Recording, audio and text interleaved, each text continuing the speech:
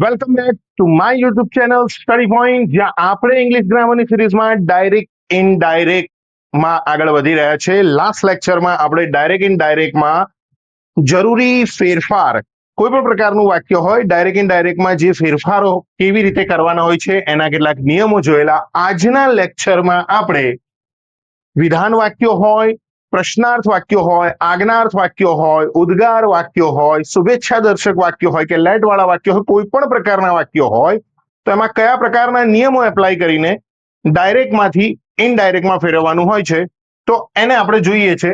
જેમ કે જ્યારે વિધાન વાક્ય હોય, અહીંયા આપણે નિયમોની શરૂઆત કરીએ કે જો વિધાન વાક્ય હોય, વિધાન વાક્ય એટલે હકાર વાક્ય હોય તો શું કરવાનું? તો વિધાન વાક્યમાં તમારે સેડ ટુ ની બદલે ટોલ્ડ મૂકવાનું. ધ્યાન રાખજો, અહીંયા સેડ ટુ જે બે ટપકા આપે છે સેડ ટુ ના, એની જગ્યાએ તમારે ટોલ્ડ મૂકવાનું. પણ જો આગળનું વાક્ય પ્રશ્નાર્થ હોય અને કોઈએ પ્રશ્ન પૂછ્યો હોય ને તમે એનો જવાબ આપી રહ્યા હોય તો સેડ ટુ ની જગ્યાએ રિપ્લાઇડ અથવા આન્સર્ડ પણ તમે મૂકી શકો છો. પછી છે સંયોજક, તમારે ધેટ મૂકવાનું. સંયોજક હંમેશા સાંભળનારના નામની પાછળ આવે, આ ધ્યાન રાખજો. સંયોજક જે છે એ હંમેશા જે સાંભળનારનું નામ હોય એના પછી આવે. અને બાકી ફેરફાર તમારે નિયમ નંબર 1, 2, 3 જે લાસ્ટ લેક્ચરમાં આપણે ચલાવેલા, સર્વનામમાં ફેરફાર જે આપણે સમજાવ્યું હતું એ પ્રમાણે, કાળમાં ફેરફાર જે આપણે નિયમ નંબર 2 ચલાવ્યો હતો એ પ્રમાણે, અને કેટલાક નજીકતા દર્શક શબ્દોમાં ફેરફાર, તો એ જોઈ લઈએ. આપણે પહેલા વાક્યનું એક ઉદાહરણ જોઈએ છીએ, જેમ કે Raju said to Nayan you are my best friend. તો આપણે અહીંયા રાજુનું રાજુ જ રાખીશું. અહીંયા તમે જોઈ શકો છો સેડ ટુ છે તો આપણે સેડ ટુ વાક્ય વિધાન વાક્ય છે એટલે આપણે અહીંયા મૂકીશું ટોલ્ડ. પછી સાંભળનાર છે નયન. ચલો, આ આપણો પહેલો નિયમ પૂરો થઈ ગયો. અહીંયા સેડ ટુ ની જગ્યાએ ટોલ્ડ મૂક્યું. પણ માની લો કે નયને કોઈ પ્રશ્ન પૂછ્યો અને રાજુ જવાબ આપતો હોય તો તમે અહીંયા રિપ્લાઇડ કે આન્સર્ડ મૂકી શકો છો. સાંભળનાર નું નામ અને જે રિપોર્ટેડ સ્પીચ નું વાક્ય છે એની વચ્ચે તમારે સંયોજક અહીંયા ધેટ મૂકવાનું. ધેટ, આટલું છે આમાં. બાકી અન્ય ફેરફાર નિયમ નંબર 1, 2, 3 મુજબ. તો નિયમ નંબર 1, 2, 3 માં આપણે શું જોયું હતું કે સર્વનામમાં ફેરફાર, કાળમાં ફેરફાર અને નજીકતા દર્શક શબ્દોમાં ફેરફાર. તો જોઈએ, અહીંયા છે યુ. હવે યુ નો મતલબ થાય છે ટુ. ટુ એટલે સાંભળનાર, બીજો પુરુષ છે સાંભળનાર. સાંભળનાર કોણ છે? નયન. નયન એટલે મેલ. મેલ માટે આપણે તે શબ્દ વાપરીએ અને તેને કહીશું આપણે હી. વાક્યમાં ઇઝ એમ આર હોય તો તમારે વોઝ વેર કરી દેવાનું. તો અહીંયા હી ની સાથે વોઝ આવે, કાળ પણ બદલાઈ ગયો. ઓકે. માય નો મતલબ થાય છે મારું. મારું એટલે કોનું? મારું શબ્દ હંમેશા બોલનાર માટે વપરાય. મારું એટલે કોનું? બોલનારનું. બોલનારનું એટલે રાજુનું. રાજુનું એટલે પુરુષનું.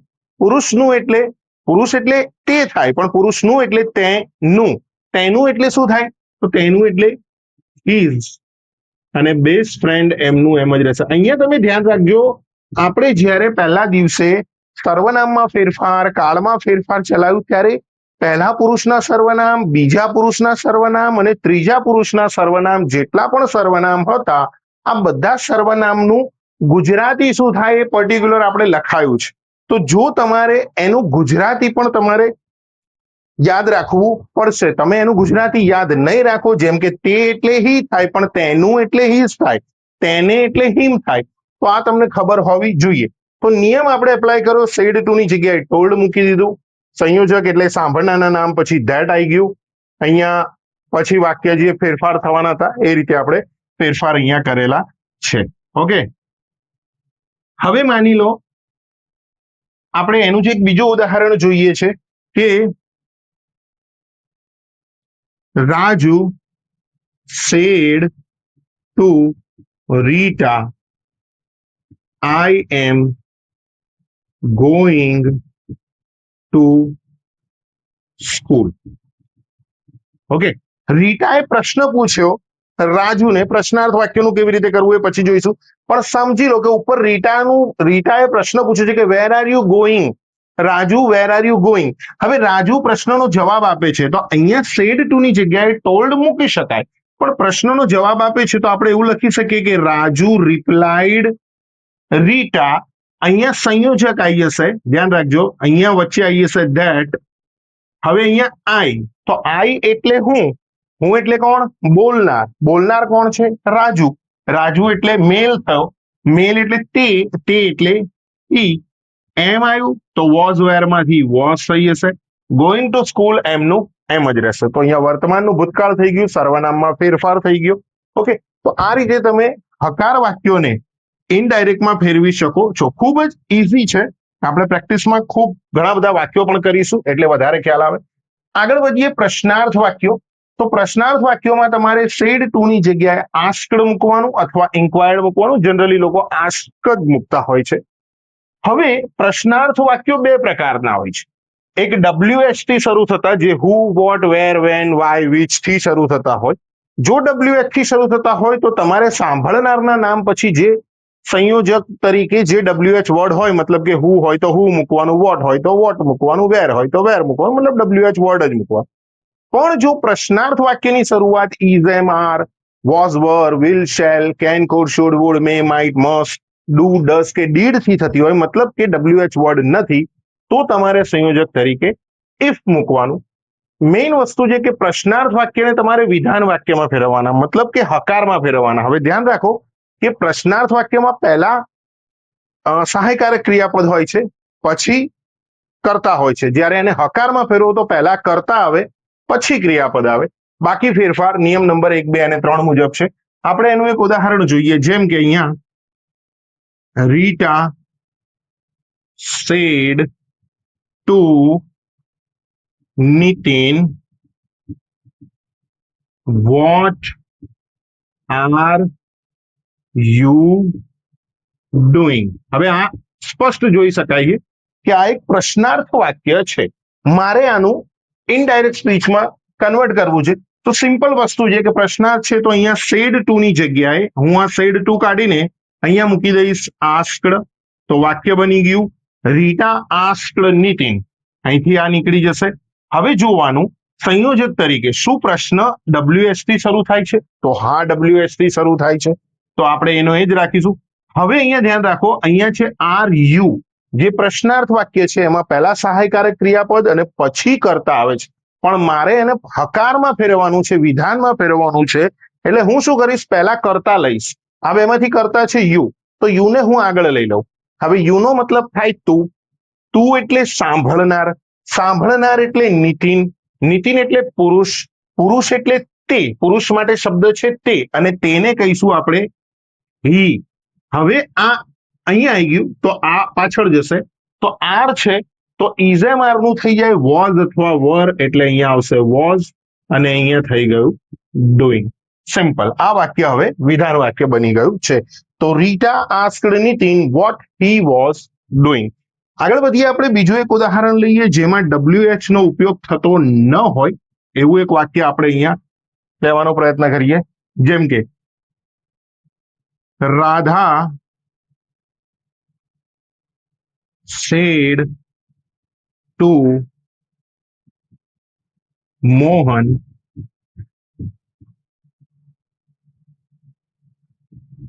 will you return soon? Okay, આ સિમ્પલ એક પ્રશ્નાર્થ વાક્ય છે. તો અહીંયા સિમ્પલ છે કે ભાઈ સેડ ટુ છે, વાક્ય પ્રશ્નાર્થ છે, તો અહીંયા સેડ ટુ ની જગ્યાએ આપણે લખીશું આસ્ક્ડ. રાધા આસ્ક્ડ મોહન. હવે અહીંયા જોવાનું છે, અહીંથી અવતર ચિહ્ન નીકળી જશે. અહીંયા જોવાનું છે કે સાંભળનારના નામની પાછળ અહીંયા પ્રશ્નાર્થ ચિહ્ન, જે પ્રશ્નાર્થ વાક્ય જેની શરૂઆત WH એટલે કે who, what, where, when, why, which, how many, how much થી નથી થતી, તો સંયોજક તરીકે અહીંયા આપણે મૂકીશું ઇફ. ઓકે, ધ્યાન રાખજો. હવે વિલ યુ એ તો પ્રશ્નાર્થ વાક્ય રચના છે, મારે તો હકાર વાક્ય રચના કરવી છે. તો હકાર વાક્ય રચનામાં પહેલા યુ આવે, કર્તા આવે, તો એને આગળ લઈ લો. પણ યુ એટલે તું, તું એટલે સાંભળનાર, સાંભળનાર એટલે મોહન, મોહન થઈ ગયા પુરુષ, પુરુષને માટે તે એટલે થઈ ગયું હી. હવે આ વિલને પાછળ લઈ જાઓ તો વિલનું શું થાય? તો આપણે લખાયેલું એ પ્રમાણે વિલનું થશે વુડ. રિટર્ન એમનું એમ રહેશે, અને અહીંયા થઈ જશે શું. સમજણ પડે છે? તો Radha asked Mohan if he would return soon. આપણે વધારે ને વધારે એના પછી પ્રેક્ટિસ માટે વધારે ફકરા કે વધારે વાક્યો કરીશું ત્યારે આપણે થોડું ડિટેલમાં સમજાવીશું. અત્યારે નિયમો સમજાવીએ છીએ એટલે એક એક ઉદાહરણ આપીને આપણે સમજાવવાનો પ્રયત્ન કરીએ છીએ. ચલો આગળ વાત કરીએ. આજ્ઞાર્થ વાક્યો છે. તો આજ્ઞાર્થ વાક્યોમાં તમારે સેડ ટુ ની જગ્યાએ શું મૂકવાનું? તો જો વાક્યમાં વિનંતીનો ભાવ હોય તો તમારે રિક્વેસ્ટેડ મૂકવાનું. ઓકે, આપણે એક ઉદાહરણ લઈએ. અહીંયા ધ્યાન રાખજો, સંયોજક તરીકે ટુ મૂકવાનું, અને જો વાક્ય ડોન્ટ થી શરૂ થતું હોય તો નોટ ટુ મૂકવાનું. પ્લીઝ અને કાઇન્ડલી જેવા શબ્દો નીકળી જાય. જેમ કે અહીંયા લખીએ કે ભાઈ Nirav said to Veena, please give me my pen. Okay, અહીંયા જોઈ શકો છો તો વાક્યની શરૂઆત ક્રિયાપદથી થતી હોય એને આજ્ઞાર્થ વાક્ય કહેવાય. અહીંયા કોઈ કરતા હોતો નથી. તો અહીંયા શું કરવાનું? તો તમે જોઈ શકો નીરવે વીણાને કીધું કે મહેરબાની કરીને મારી પેન આપી દે, મારી પેન મને આપી દે. તો અહીંયા પ્લીઝ શબ્દ છે માટે આ વિનંતીનો ભાવ છે. તો વિનંતીનો ભાવ છે, આજ્ઞાર્થ વાક્ય છે. તો અહીંયા આપણે લખીશું નીરવ રિક્વેસ્ટેડ વીણા, આ અવતરણ ચિહ્ન નીકળી જશે. અહીંયા પ્લીઝ પણ નીકળી જાય. અહીંયા આવી જશે ટુ, ગીવ એમનું એમ રહેશે. મી એટલે મને, મને એટલે કોને? બોલનારને. બોલનારને એટલે નીરવને, નીરવને એટલે પુરુષને, પુરુષને એટલે તેને, તેને એટલે હિમ. હવે અહીંયા છે માય, પ્રથમ પુરુષનું સર્વનામ છે. પ્રથમ પુરુષનું સર્વનામ બોલનાર પ્રમાણે હોય. માયનો મતલબ થાય મારું, મારું એટલે કોનું? નીરવનું, નીરવનું એટલે પુરુષનું, પુરુષનું એટલે તેનું, તેનું એટલે હીઝ, અને અહીંયા આવી ગયું પેન. તો Nirav requested Veena to give him his pen.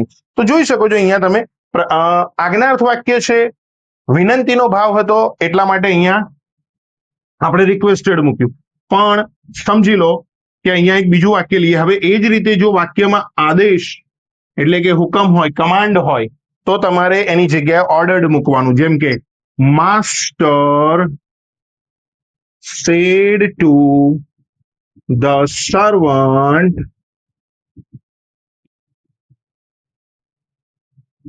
get me a glass of water. હવે માસ્ટર એટલે કે માલિક, માલિક તો નોકરને હુકમ જ કરશે. તો અહીંયા જોઈ શકો છો વાક્યની શરૂઆત ક્રિયાપદથી થાય છે માટે આ આજ્ઞાર્થ વાક્ય છે. તો અહીંયા said to ની જગ્યાએ આપણે લખીશું ordered. Master ordered the servant, અહીંયા સંયોજક તરીકે મૂકીશું ટુ ગેટ. મી એ પ્રથમ પુરુષનું સર્વનામ છે. પ્રથમ પુરુષનું સર્વનામ બોલનાર માટે હોય. મી એટલે મને, મને એટલે બોલનારને, બોલનારને એટલે માસ્ટરને, માસ્ટરને એટલે માસ્ટર છે એટલે માલિક છે, માલિકને એટલે પુરુષને, પુરુષને એટલે તેને, તેને એટલે હિમ. a glass of water એમનું એમ રહેશે. સમજણ પડે છે? તો જો વિનંતીનો ભાવ હોય તો રિક્વેસ્ટેડ મૂકીશું, આદેશ હુકમ હોય તો ઓર્ડર્ડ મૂકીશું. એ રીતે જો સલાહ હોય તો એડવાઇસ, જેમ કે ડોક્ટરે દવા લેવાનું કીધું છે તો doctor advised me to take medicine regularly. ચેતવણી હોય તો વોન્ડ આવે. દાખલા તરીકે the zookeeper warned me not to go near the cage, તો એ રીતે આવે. અને સૂચન હોય તો સજેસ્ટેડ, કોઈ સૂચન કરતું હોય કે ભાઈ ટેક એક્સરસાઇઝ રેગ્યુલરલી, તો he suggested me to take exercise regularly. તો આ રીતે આ વાક્યો કરવામાં આવે છે. જેમ કે વિધાન વાક્યમાં ફરી એકવાર ટોલ્ડ સંયોજક તરીકે ધેટ. બાકી ફેરફાર તો જે આપણે લાસ્ટ લેક્ચરમાં કર્યા હતા, જે લોકોએ લાસ્ટ લેક્ચર નથી જો એ લોકો માટે લિંક જે છે એ ડિસ્ક્રિપ્શનમાં નાખી દઈશ. એ લોકો લેક્ચર જોઈ લેજો એટલે વધારે આસાનીથી સમજી શકો. પ્રશ્નાર્થ વાક્યોમાં સેટ ટુ ની જગ્યાએ આસ્કડ મૂકો. સંયોજક તરીકે WH શબ્દ જ હોય છે. જો WH થી વાક્ય શરૂ ન થતું હોય તો ઇફ પણ મૂકી શકો છો. પ્રશ્નાર્થ વાક્યને હકારમાં બનાવવાનું છે, એ ખાસ ધ્યાન રાખજો. એ રીતે આજ્ઞાર્થ વાક્ય હોય તો વિનંતીનો ભાવ હોય તો રિક્વેસ્ટેડ, આદેશ હુકમનો ભાવ હોય તો ઓર્ડર્ડ, સલાહનો ભાવ હોય તો એડવાઇઝડ, સૂચના હોય તો ઇન્સ્ટ્રક્ટેડ, ચેતવણી હોય તો વોન્ડ, સૂચન હોય તો સજેસ્ટેડ. સંયોજક તરીકે ત્યાં સંયોજક જે છે સાંભળનારના નામની પાછળ આવે છે. સંયોજક તરીકે તમારે ટુ મૂકવાનું છે. અને વાક્ય જો નકાર હોય એટલે કે ડોન્ટ થી શરૂ થતું હોય તો નોટ ટુ મૂકવાનું. એક ઉદાહરણ આપી દઈએ. The teacher said to the students, don't make noise, અવાજ કરશો નહીં. તો સીધી વસ્તુ છે કે ટીચર જે છે એ સ્ટુડન્ટને વિનંતી તો કરવાના નથી, વિનંતી કરવાથી માનવાના નથી, તો અહીંયા ઓર્ડર્ડ કરશે. તો અહીંયા ઓર્ડર્ડ અથવા ચેતવણી પણ આપી શકે કે અવાજ કરશો નહીં તો ક્લાસની બહાર કાઢી મૂકીશ. તો અહીંયા વોર્ન્ડ પણ લખી શકાય છે. ઓકે, ધ ટીચર ઓર્ડર્ડ અથવા વોર્ન ધ સ્ટુડન્ટ. હવે અહીંયા ડોન્ટ છે તો આપણે અહીંયા મૂકીશું નોટ ટુ મેક નોઇસ. હવે અહીંયા જે વાક્યો છે એમાં પ્રથમ પુરુષના કે બીજા પુરુષના કે કોઈ સર્વનામ આવતા જ નથી, તો ચેન્જ કરવાની જરૂર જ નથી. તો આ રીતે આપણે વિધાન વાક્યો, પ્રશ્નાર્થ વાક્યો અને આજ્ઞાર્થ વાક્યોનું ડાયરેક્ટમાંથી ઇનડાયરેક્ટમાં એમાં રૂપાંતર કરી શકીએ છીએ. તો ડાયરેક્ટ ઇનડાયરેક્ટમાં હવે આગળ વધીએ. આગળ પણ વાક્યના પ્રકાર છે, જેમ કે ઉદ્ગાર વાક્યો પણ આવે છે. ઉદ્ગાર વાક્યો એટલે જે એક્સક્લેમેટરી સેન્ટન્સ છે એવા વાક્યો પણ આવે છે. તો એવા વાક્યોનું આપણે ઇનડાયરેક્ટમાં ફેરવવું હોય તો શું કરવાનું? તો જનરલી ઉદ્ગાર વાક્યોમાં જ્યારે સેડ ટુ ને બદલે તમારે એક્સક્લેમ્ડ વિથ આવો એક શબ્દ આવે છે. જેમ કે વાક્યમાં વખાણનો ભાવ હોય તો તમે લખી શકો કે એક્સક્લેમ્ડ વિથ પ્રેઝ. વાક્યમાં ગુસ્સો હોય તો એક્સક્લેમ્ડ વિથ એંગર. વાક્યમાં દુઃખનો ભાવ હોય તો એક્સક્લેમ્ડ વિથ સોરો. ખુશીનો ભાવ હોય તો એક્સક્લેમ વિથ જોય અથવા ડિલાઇટ. વાક્યમાં અણગમો હોય તો એક્સક્લેમ વિથ ડિસ્ગસ્ટ. અલગ અલગ પ્રકારના વાક્યો છે. સંયોજક તરીકે ધેટ મૂકવાનું છે. ખાસ અહીંયા ધ્યાન રાખો કે ઓ, અલાસ, આ, હુર્રા જે ઉદ્ગાર દર્શાવતા જે શબ્દો છે એ વાક્યમાંથી નીકળી જશે. વોટ અને હાવ થી શરૂ થતા જે વાક્યો હશે, જે ઉદ્ગાર વાક્યો હશે, એમાં વોટ અને હાવ જેવા શબ્દો નીકળી જશે. પણ ખાસ ધ્યાન રાખવાનું કે ઉદ્ગાર વાક્યને તમારે વિધાન વાક્યમાં એટલે કે હકાર વાક્યમાં ફેરવવાનું છે. આપણે એના થોડા ઉદાહરણ જોઈએ. જેમ કે Priya said to Nita how beautiful you look. અહીંયા જોઈ શકો તમે એક્સક્લેમેશન માર્ક છે, ઉદ્ગાર વાક્ય. તો આપણે અહીંયા જોઈશું કે પ્રિયાએ નીતાને કહ્યું કે કેટલી સુંદર દેખાય છે તું. તો અહીંયા કોઈ દુઃખનો ભાવ તો છે નહીં, કોઈ દુઃખથી તો કહે ને હાય હાય કેટલી સુંદર દેખાય તું, આવું કોઈ દુઃખથી તો કહે નહીં.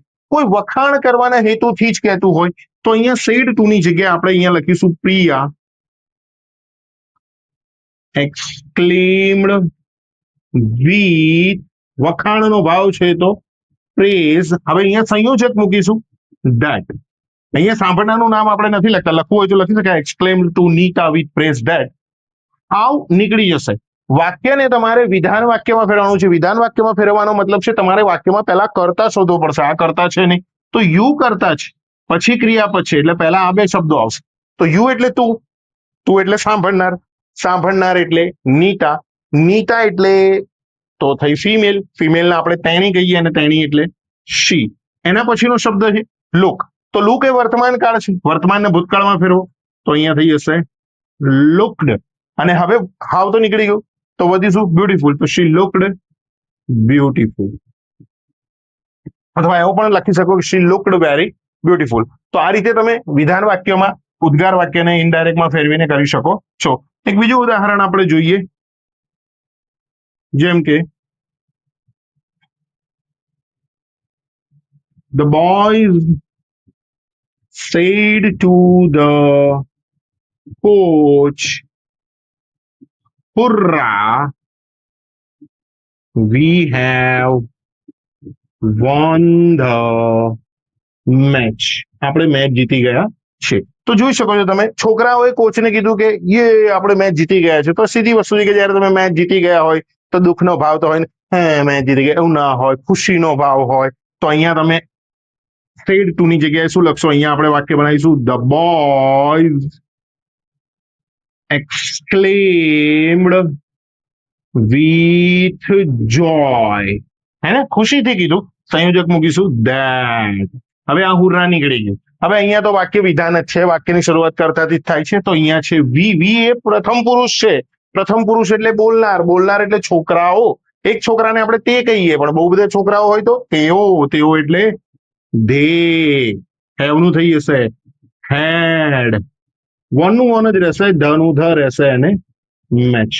ઓકે, તો અહીંયા જોઈ શકો છો. તો તમે આ રીતે પણ વાક્ય બની શકો. માની લો કે દુઃખનો ભાવ હોય તો અહીંયા કે the boy exclaimed with sorrow. સમજ પડે છે? ખુશીનો ભાવ હોય તો આપણે આ રીતે જોયું. તો આ રીતે તમે ઉદ્ગાર વાક્યોને પણ ઇઝીલી ઇનડાયરેક્ટમાં ફેરવી શકો છો. આપણે વધારે ઉદાહરણો વાક્યો કરીશું એટલે જોઈશું. એ સિવાય લેટ વાળા વાક્યો પણ આવે છે. લેટ થી શરૂ થતા વાક્યો. તો લેટ થી શરૂ થતા વાક્યોમાં બે ભાગ પડી જાય છે પાછા. કેટલાક વાક્યો વિનંતી દર્શાવે છે, કેટલાક વાક્યો દરખાસ્ત, પ્રસ્તાવ, પ્રપોઝલ મૂકે છે. જેમ કે આપણે અહીંયા એક ઉદાહરણ લઈએ, Nirali said to her father, જેમ કે let me go to picnic, મને પિકનિક જવા દો. હવે સીધી વસ્તુ, નિરાલી એના પપ્પાને કીધું કે પપ્પા મને પિકનિક જવા દો ને. તો અહીંયા તમે પ્રપોઝલ નથી મૂકી રહ્યા, અહીંયા તમે વિનંતી કરી રહ્યા છો પપ્પાને, પપ્પા પિકનિક જવા દો ને પ્લીઝ યાર, આવું શું કરો છો મારા વાલા પપ્પાને. તો અહીંયા તમે વિનંતી કરી રહ્યા છો, ને જ્યારે વિનંતીનો ભાવ હોય લેટ વાળા વાક્યમાં, લેટ થી શરૂ થતા વાક્યમાં, તો તમારે ધ્યાન રાખવાનું કે વિનંતીનો ભાવ હોય તો તમારે અહીંયા સેડ ટુ ની જગ્યાએ મૂકી દેવાનું આવે છે રિક્વેસ્ટેડ. એટલે કે નિરાલી રિક્વેસ્ટેડ હર ફાધર, સંયોજક તરીકે તમારે અહીંયા ટુ મૂકવાનું, તો અહીંયા વચ્ચે આવી જશે ટુ લેટ મી. હવે અહીંયા સર્વનામમાં ફેરફાર છે. મી એટલે મને, મને એટલે બોલનારને, બોલનારને એટલે નિરાલીને, નિરાલીને એટલે છોકરીને, છોકરીને એટલે તેણીને, તેણીને એટલે હર, અને ગો ટુ પિકનિક એમનું એમ જ રહેશે. સમજો પડે? તો આ રીતે તમે ભાવ તમને ખબર હોવી જોઈએ કે કયો ભાવ છે. એ સિવાય આપણે વાત કરીએ, ચલો અહીંયા આપણે બીજો પણ એક ભાવ છે કે ક્યારેક ક્યારેક લેટ વાળા વાક્યોમાં પ્રસ્તાવ એટલે કે પ્રપોઝલ પણ હોય છે. જેમ કે અહીંયા આપણે એક ઉદાહરણ લઈએ કે the student said to the teacher, let's play puzzle game. Okay, જોઈ શકો આ વાક્ય પણ લેટ વાળું છે, let us play puzzle game. પણ અહીંયા વાક્ય જોઈને ખબર પડે, વિદ્યાર્થીઓએ શિક્ષકને કીધું કે ચાલો સર પઝલ ગેમ રમીએ, ઉખાણા વાળી કઈ ગેમ, પઝલ વાળી કઈ ગેમ રમીએ. હવે અહીંયા તમને કોઈ રીતે રિક્વેસ્ટ નથી દેખાતી, એ લોકોએ પોતાના વિચાર વ્યક્ત કર્યો છે, પ્રસ્તાવ મૂક્યો છે, પ્રપોઝલ મૂક્યો છે કે સર પઝલ ગેમ રમી શકાય એમ. તો અહીંયા તમે સેડ ટુ ની જગ્યાએ મૂકશો suggested. The student suggested the teacher, કેમ કે અહીંયા પ્રસ્તાવ છે તો સંયોજક આવશે ધેટ. નિયમ પ્રમાણે લેટસ ની જગ્યાએ તમારે મૂકવું પડશે they should play puzzle game. The student suggested the teacher, અહીંયા proposed બી મૂકી શકો. The students proposed the teacher that they should play puzzle game. જો બે પ્રકારના વાક્યો છે, મને ફરવા જવા દો ને, આમાં વિનંતીનો ભાવ છે, ચાલો આપણે ફરવા જઈએ, આ પ્રપોઝલ છે. તો વાક્યની બોલવાની ઢબ અને વાક્યને જોઈને જ ખબર પડી જાય કે અહીંયા પ્રપોઝલ છે કે રિક્વેસ્ટ છે. એ રીતે આગળ વધીએ તો શુભેચ્છા દર્શક વાક્યો, એવા વાક્યો જેમાં શુભેચ્છા દર્શાવતા હોય, જેમ કે અહીંયા એવું હોય કે ભાઈ Reena said to Meena thank you. Okay, તો અહીંયા કશું જ કરવાનું નથી તમારે, અહીંયા said to ની જગ્યાએ કેમ કે થેન્ક યુ છે તો અહીંયા લખીશું રીના થેન્ક્ડ મીના. માની લો અહીંયા કોંગ્રેચ્યુલેશન હોત તો રીના કોંગ્રેચ્યુલેટેડ મીના. સિમ્પલ. માનો કે અહીંયા Reena said to Meena good morning, તો Reena wished Meena good morning. તો આ રીતે તમે ડાયરેક્ટમાંથી ઇનડાયરેક્ટમાં ખૂબ સરળતાથી વાક્યને કન્વર્ટ કરી શકો છો. એ સિવાય ડાયરેક્ટમાંથી ઇનડાયરેક્ટ ફેરવો ત્યારે ખાસ ધ્યાન રાખજો કે અહીંયા ક્યારેક ક્યારેક બોલનાર અને સાંભળનાર વચ્ચે સંવાદ થતો હોય તો સામેવાળો શોર્ટમાં જવાબ આપે. જેમ કે કોઈ એક વ્યક્તિ બીજી વ્યક્તિને પૂછ્યું કે વિલ યુ હેલ્પ મી, તો સામેવાળાએ કીધું યસ. તો યસ કીધું છે તો એના કેટલા સ્વરૂપ થાય છે, પણ આપણે જવાબ શોર્ટમાં નથી આપવાનો. આપણે યસની જગ્યાએ એગ્રીડ પણ કરી શકીએ. યસનો મતલબ રિપ્લાઇડ પોઝિટિવલી પણ થઈ શકે છે, પણ એ રીતે જો નો હોય તો નો નો મતલબ તમે ત્યાં નો લખવાને બદલે રિફ્યુઝડ અથવા તો ડિનાઇડ અથવા તો રિપ્લાઇડ નેગેટિવલી. તો આ રીતે પણ તમે મૂકી શકો છો. તો આ હતા ઇનડાયરેક્ટના વિધાન વાક્યો, પ્રશ્નાર્થ વાક્યો, આજ્ઞાર્થ વાક્યો, ઉદ્ગાર વાક્યો, લેટ વાળા વાક્યો, શુભેચ્છા દર્શક વાક્યો. તમામ પ્રકારના વાક્યોને ઇનડાયરેક્ટમાં ફેરવતી વખતે કયા નિયમ એપ્લાય કરવાના, આપણે એના વિશે આ લેક્ચરની અંદર આપણે ધ્યાન આપ્યું છે. હવે પછીના નેક્સ્ટ લેક્ચરમાં આપણે દરેક પ્રકારના વાક્યોને ઇનડાયરેક્ટમાં ફેરવતી વખતે કયા કયા નિયમોનું ધ્યાન રાખવાનું છે, કયા કયા ફેરફારો કરવાના છે, એની વિશે ડિટેલમાં ચર્ચા કરીશું. આવા જ વિડીયો આગળ જોવા હોય તો અમારી ચેનલ સાથે જોડાયેલો રહો. અમારા વિડીયોને લાઈક કરો, શેર કરો અને સબસ્ક્રાઇબ કરો. વધુ વિડીયો જોવા માટે અમારી સાથે જોડાયેલા રહો. Thank you very much.